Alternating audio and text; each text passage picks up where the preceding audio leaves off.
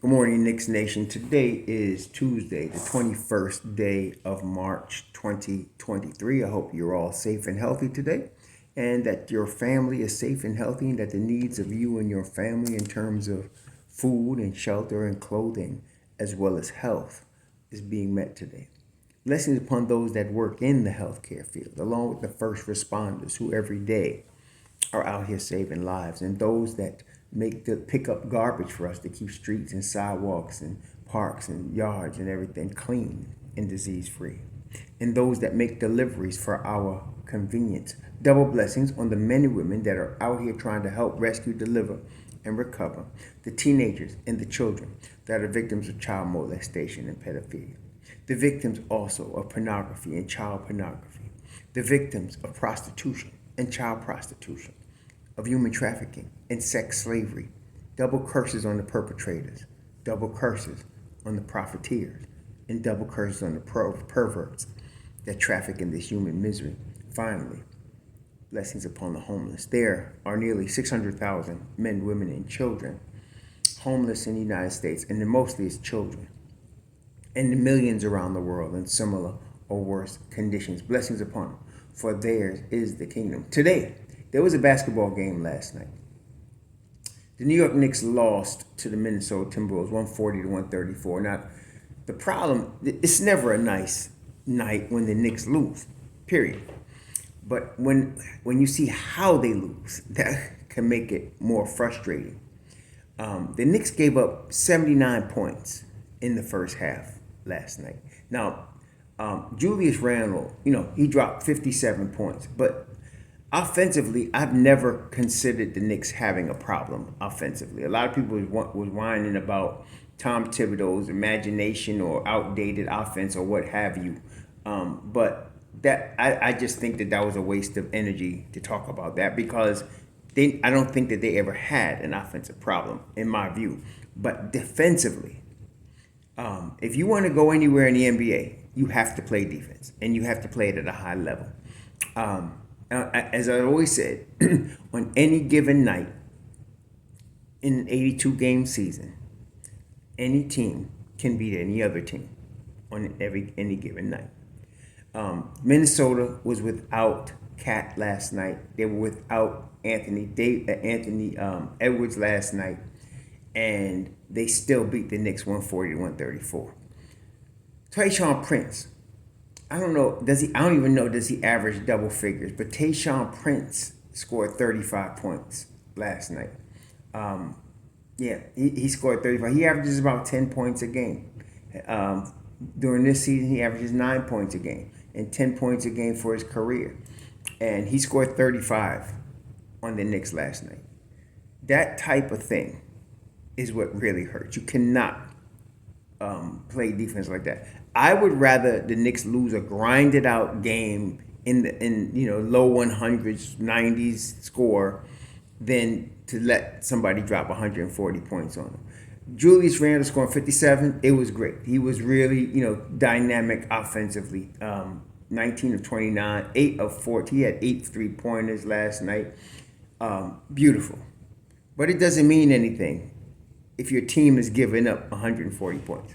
Okay? It doesn't mean anything. Okay, he dropped 57. Great. But we got an L.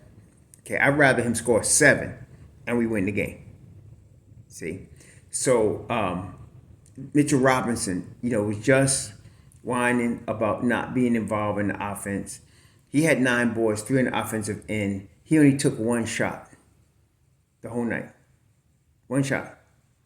He scored 28. He played 28 minutes. I don't know what, and I don't blame him on that. If he was 1 of 16 and had 16 shots and missed 15, okay. But to only get 1 shot, I don't know what was going on. Maybe it was because Julius was hot and he was taking all the shots, and he was. But that's not good. That's not good. RJ got 8 shots. Grimes got 1. And like I said, I don't know what happened, but Julius was obviously taking a lot of shots. But like I said, the problem wasn't offensively, it's defensively. Okay, so you cannot, in the NBA, in this league, you cannot give up 79 points in a half and expect to win the ball game. What has been happening since the All-Star break is the Knicks have been coming back to win a lot. And in fact, I was really thinking they were going to come back and win last night. I thought they were, because they were the superior team.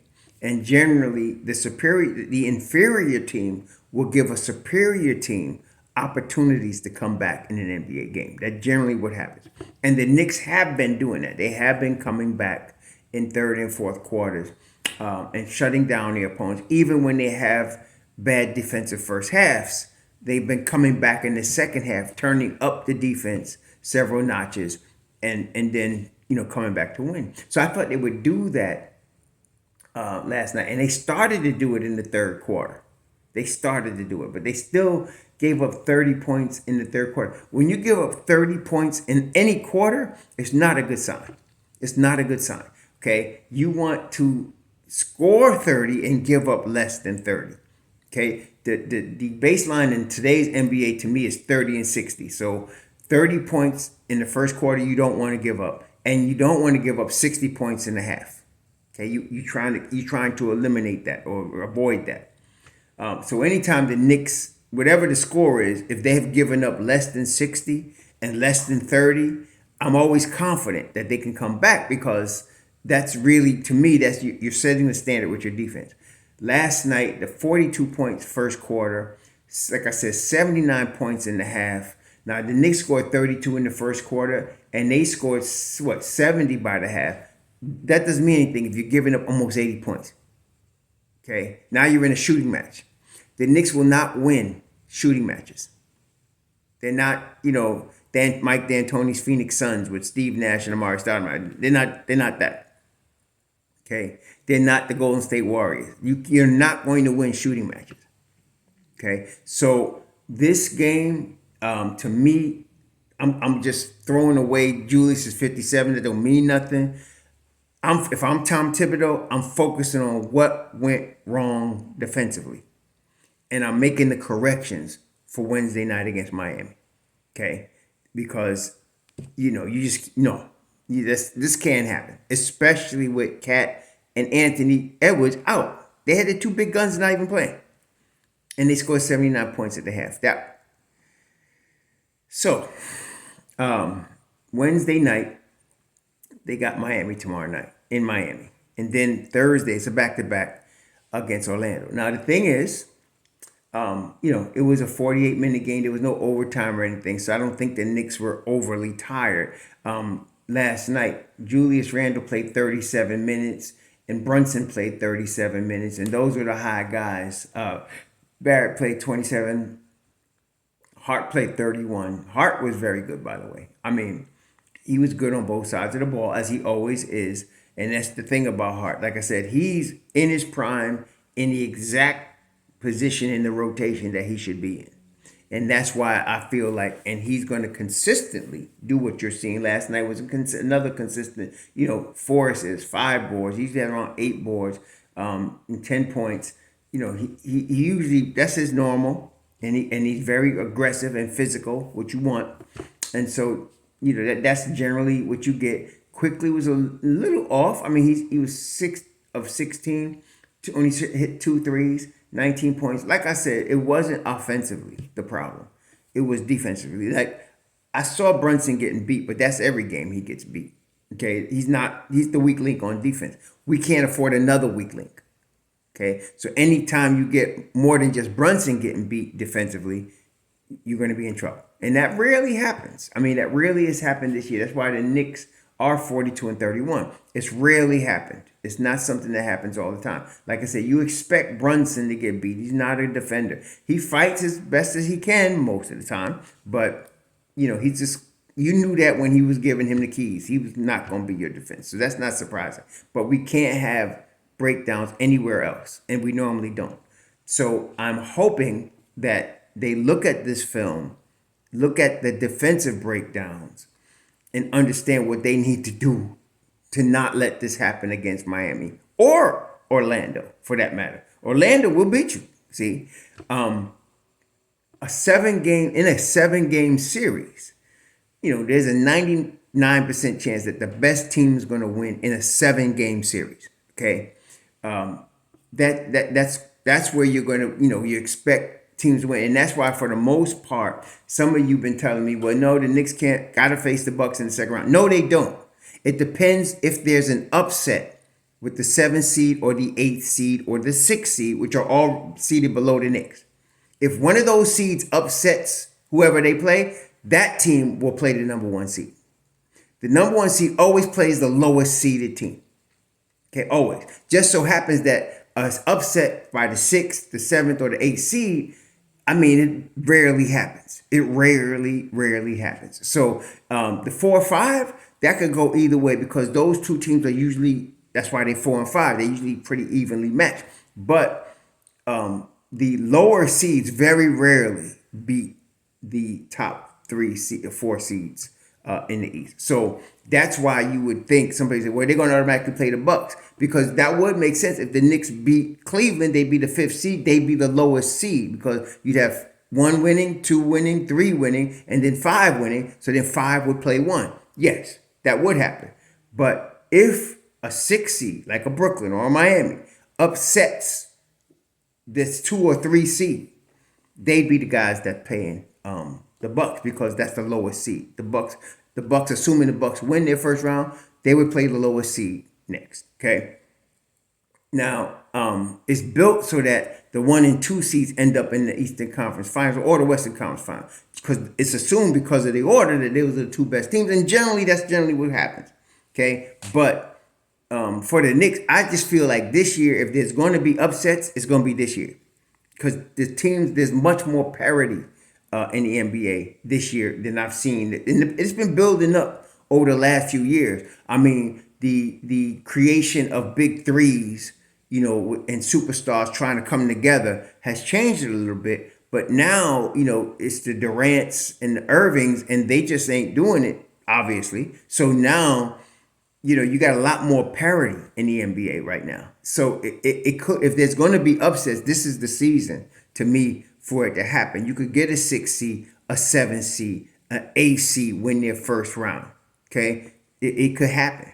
So although I doubt the 8th seed is going to do that, because Milwaukee's just that much better than everybody else in the East, in my opinion. So anything could happen, right? So now the Knicks have got to recoup from this. Hopefully they will make adjustments and be ready to play some defense on Wednesday. The focus needs to be on the defensive end of the floor, not the offensive end of the floor, the defensive end of the floor, okay? And again, stopping the team from getting 30, stopping them from dropping 60 and a half on you, setting yourself up for the second half, so that you can come back and win the game, or just win the game coast to coast. Yesterday, Mobb Deep ended up having, 38 points. They scored a lot of points yesterday. Okay, again, Mobb Deep had 38 points. You can't ask for much better than that. The Knicks are one of the best bench teams in the NBA. They are. I'd say they'd be at least top 5 in the NBA as far as the bench. And we knew that. That's why I call them Mobb Deep. They're very talented, very good, but you got to make some stops. Okay? You got to make some stops. So, and except for Mitchell Robinson and Obi Toppin, everybody's plus minus was negative. Quickly's was -1, but everybody's plus minus was negative, except for those 2 guys. So that just shows you there wasn't much defense being played. Okay, so again, Wednesday night, Miami, they better come ready to play some defense in Miami. Okay, and Miami actually won a game against Detroit the other night that it looked like they were going to lose, but they came back and won. They're 6-4 in their last 10, and the Knicks are 6-4 in their last 10. So, yeah, this is going. The good thing is Miami is the gang that can't shoot straight. Even though they got some shooters, they only average 109 points a game, and that's because they don't shoot very well generally. Okay, they play excellent defense because they only give up 109.5 a game. Okay, so the Knicks better be ready against Miami. So we're gonna see. Again, right now the Knicks have a 2-game lead on Brooklyn. Brooklyn plays. Who they play tonight? Brooklyn played Well, Brooklyn lost to the Nuggets Sunday, which we expected. They play the Cavaliers tonight, and so that should be a win for the Cavs. Cavs are playing good ball right now, 7-3 in their last 10. They just won a game again against Brooklyn. They playing Cavaliers again on. No, I'm sorry. I forgot who they beat, but they're playing the Cavaliers tonight at 7:30. That should help the Knicks. Um, yeah, because I'm gonna hang that 33rd L on Brooklyn, but it's head to head against Miami, so the Knicks got to make up some ground or lose some ground against the Heat tomorrow night.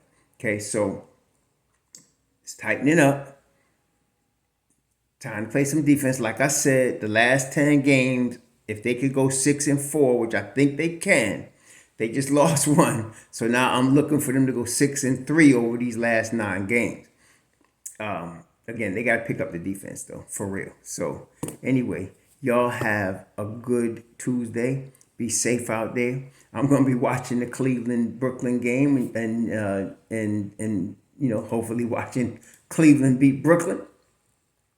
And is there any other big games tonight?